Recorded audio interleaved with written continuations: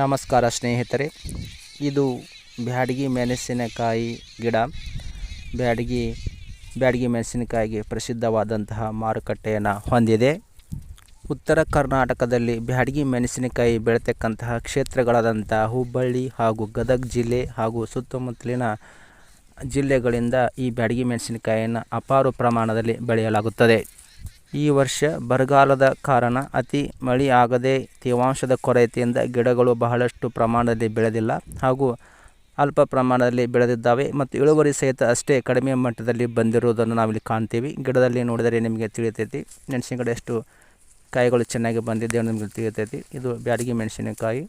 ಮಳೆಯಾಗಿದ್ದರೆ ಇದಕ್ಕಿಂತ ಚೆನ್ನಾಗಿ ಇಳುವರಿಯನ್ನು ಪಡೆಯಬಹುದಿತ್ತು. ಆದರೆ ಈ ಸಾರಿ ಮಳೆ ಅಭಾವದಿಂದ ಕಡಿಮೆ ಪ್ರಮಾಣದ ಇಳುವರಿಯನ್ನು ನಾವು ಕಾಣ್ತಾ ಇದ್ದೀವಿ. ನೋಡಿರಿ, ಬ್ಯಾಡಗಿ ಮೆಣಸಿನಕಾಯಿ ಇಳುವರಿ ಪ್ರಮಾಣ ಕಡಿಮೆ ಆಗಿದ್ದರಿಂದ ಈ ಸಾರಿ ಬ್ಯಾಡಗಿ ಮೆಣಸಿನಕಾಯಿಗೆ ಭಾರಿ ಪ್ರಮಾಣದ ಡಿಮಾಂಡ್ ಬಂದಿದೆ. ಈ ವರ್ಷ 1 ಕ್ವಿಂಟಾಲಿಗೆ 50,000ದಿಂದ ಹಿಡಿದು 70ರಿಂದ 80,000ದವರೆಗೆ ಮಾರುಕಟ್ಟೆಯಲ್ಲಿ ಬೆಲೆ ನಿಗದಿಯಾಗಿದೆ.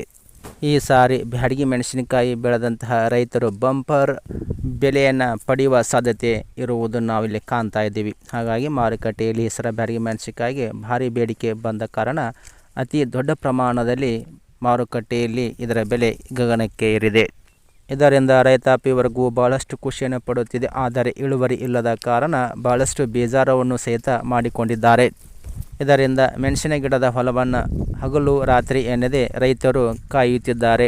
ಕೆಲವೊಂದು ಹೊಲಗಳಲ್ಲಿ CC ಕ್ಯಾಮರಾವನ್ನು ಅಳವಡಿಸಿದ್ದಾರೆ ಮತ್ತು ಕಳ್ಳರ ಕಾಟ ಹೆಚ್ಚಳವಾಗಿದ್ದು ರೈತರು ಆತಂಕಗೊಂಡಿದ್ದಾರೆ. ಏನೇ ಆಗಲಿ, ಇಳುವರಿ ಕಡಿಮೆ ಪ್ರಮಾಣದಲ್ಲಿ ಬಂದರೂ ಸಹಿತ ಮಾರುಕಟ್ಟೆಯಲ್ಲಿ ಬೆಲೆಯಲ್ಲಿ ದೊಡ್ಡ ಪ್ರಮಾಣದಲ್ಲಿ ಮಾರಾಟವಾಗುತ್ತಿರುವುದನ್ನು ಕಂಡು ರೈತರು ಖುಷಿ ಪಡುತ್ತಿದ್ದಾರೆ.